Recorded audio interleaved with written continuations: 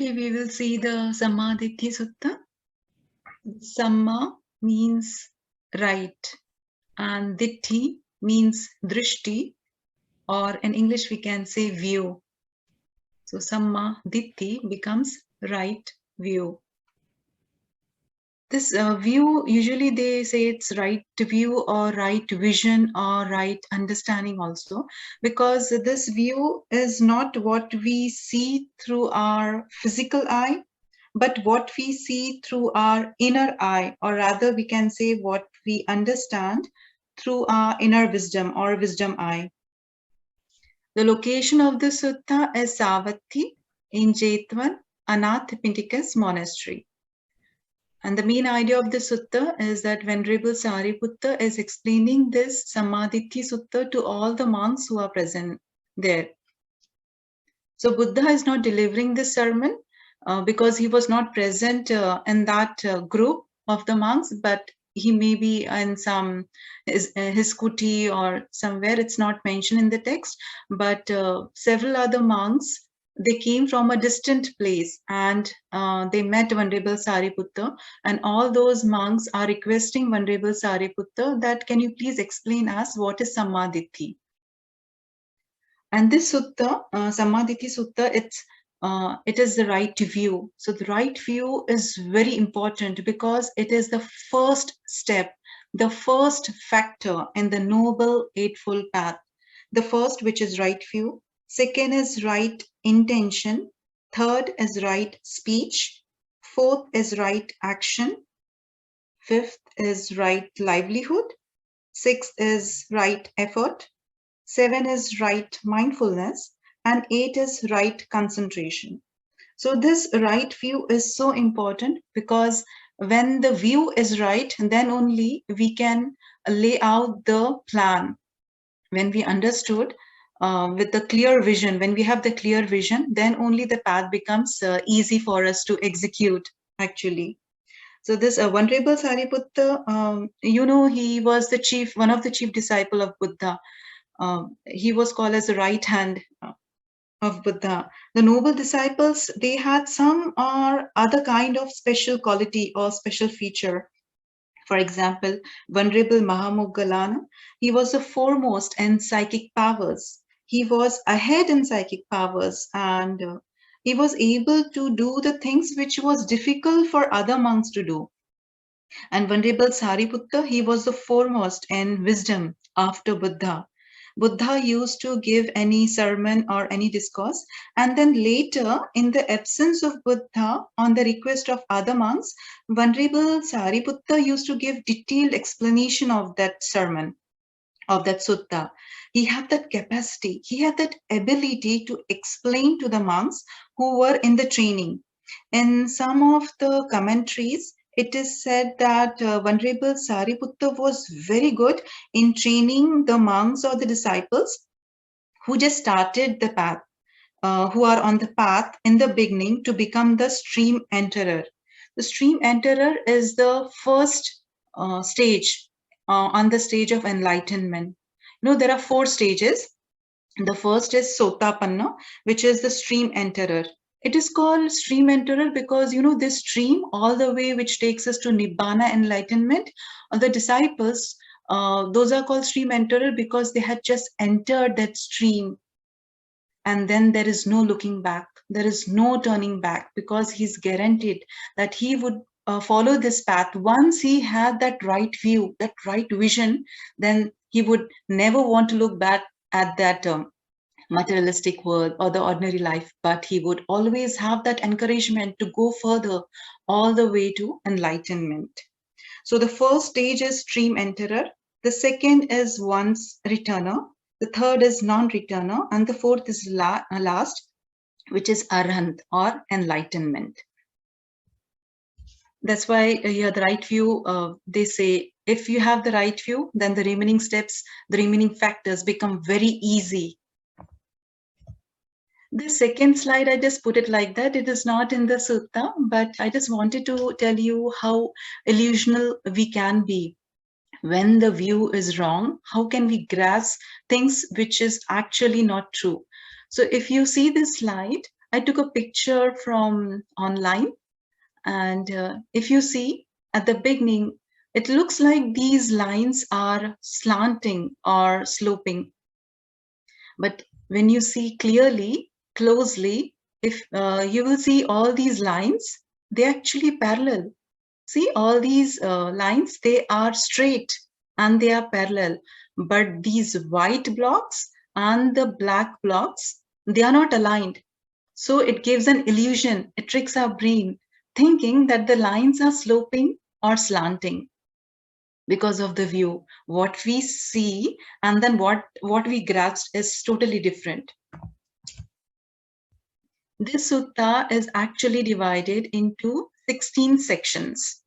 The first is the unwholesome, and also they describe about what is unwholesome and also what is the cause of the unwholesome. That is, what is the root of the unwholesome.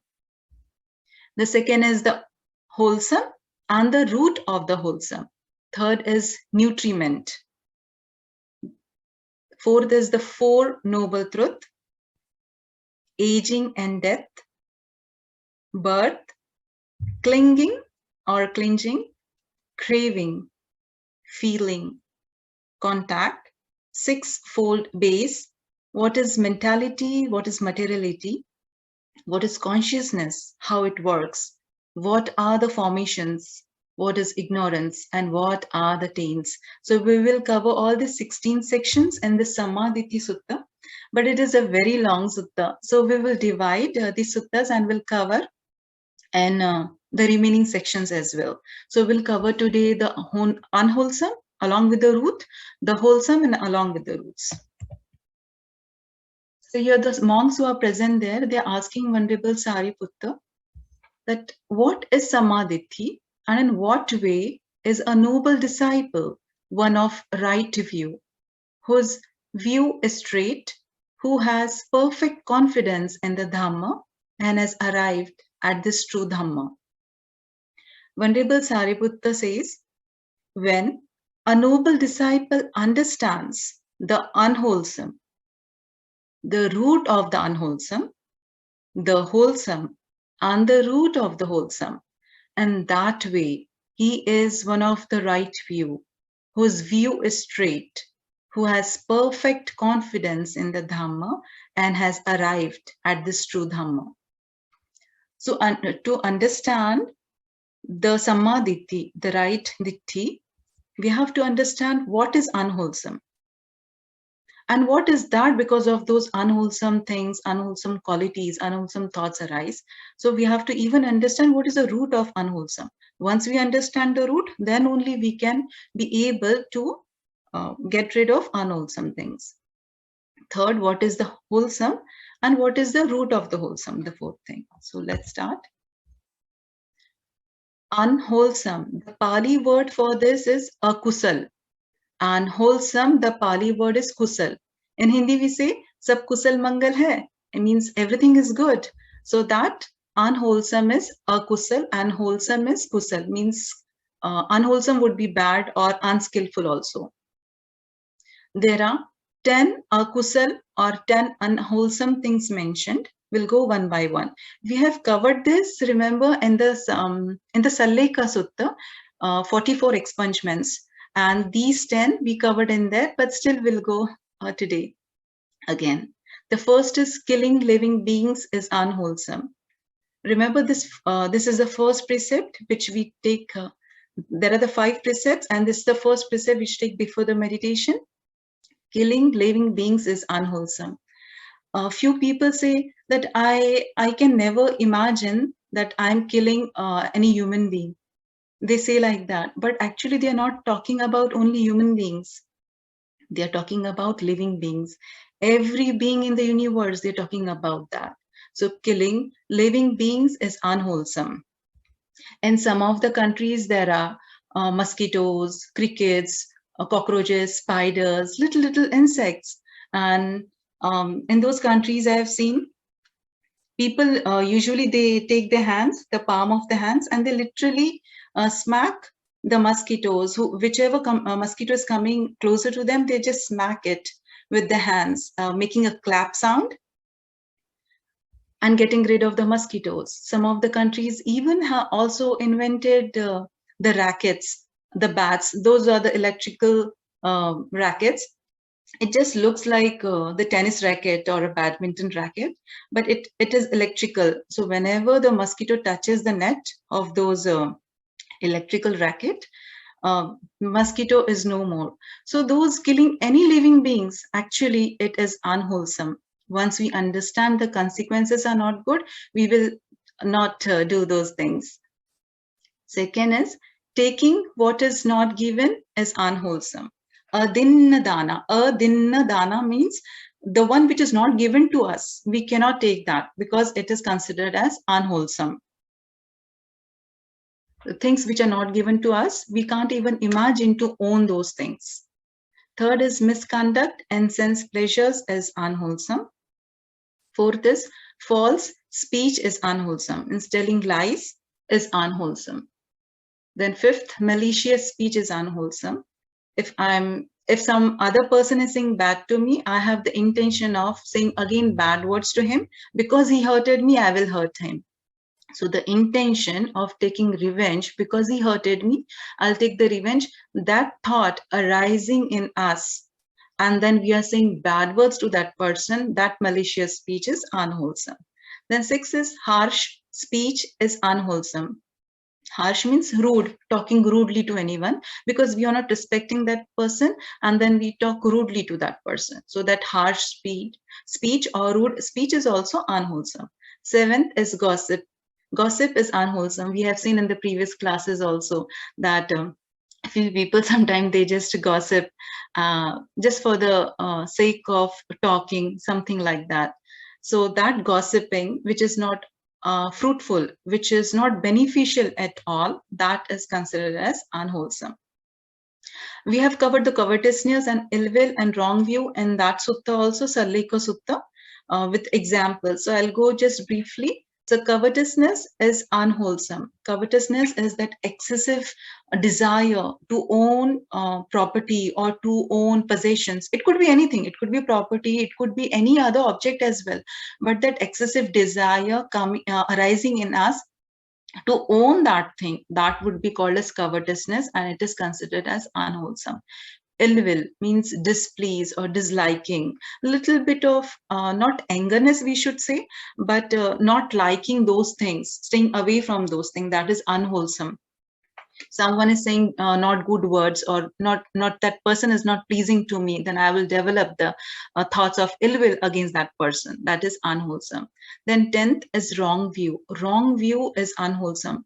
See, in all those things, this is the first, second, third, these are the unwholesome thing which is done by the body. And fourth, fifth, sixth, and seventh, which is false speech, malicious, harsh, and gossip. These four are the unwholesome thing done with the speech. And eighth, ninth, 10th, which is covetousness, ill will, and wrong view. These are the unwholesome things done by the mind. So all these 10 are kusala, or the 10 unwholesome is, they are considering all the unwholesome which is done by all three, body, speech, and mind. And wrong view is unwholesome because if the view is wrong, the entire journey could be wrong. The first thing, when our vision is clear, when understanding is clear, then the path becomes very easy for us to follow. And all these unwholesome, why it arises? What is the reason for all those unwholesome things to arise? We have seen the 44 expungements. Then in Vatthupama Sutta, we have seen the 16 impurities also, 16 corruptions of the mind. Even those, and we will also see some of the defilements in later suttas. All those things, impurities, corruptions, defilements, all those things are because of these three things. These three are called the culprits, or you can even say three poisons. Because of these three poisons, the remaining, it's like a tree. The root is this, and all those branches arising because of those three bad roots. First is greed. Greed is wanting, excessive wanting, craving, excessive attachment with those things. That is greed. And the second is hatred. not liking to that extent and developing hatred. Third is delusion or ignorance. So this ignorance is considered to be the higher, and these three are more poisonous, because ignorance is always there. If we do not have ignorance, there will be no greed, there will be no hatred. And in every person, there is greed, hatred, and ignorance in some or the other amount or quantity. It is present in everyone. The only thing is the quantity changes. Some of the person may have more greed or hatred. Other person may have greed, hatred, but in a lesser quantity. So ignorance is always there. It could be accompanied by greed sometime, or sometime it could be accompanied by hatred, but ignorance is always there. For example, if we see the first unwholesome, which we say is killing living beings is unwholesome. So we are ignorant of those reality. We do not understand. We do not know the consequences.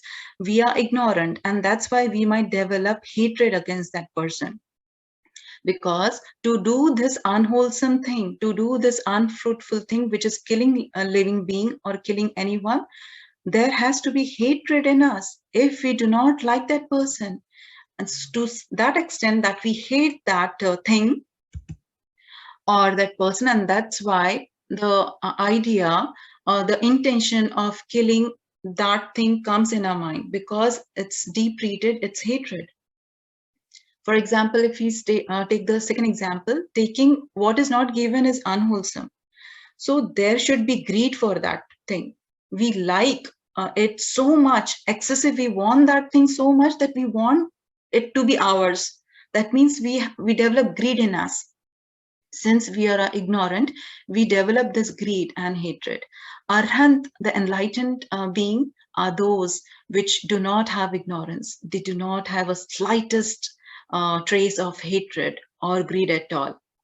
That's why the monks and the nuns and all those noble disciples, they want to become Arhat, because then they know Arhat has that ability, that special thing, that they got rid of entire greed, hatred, and ignorance.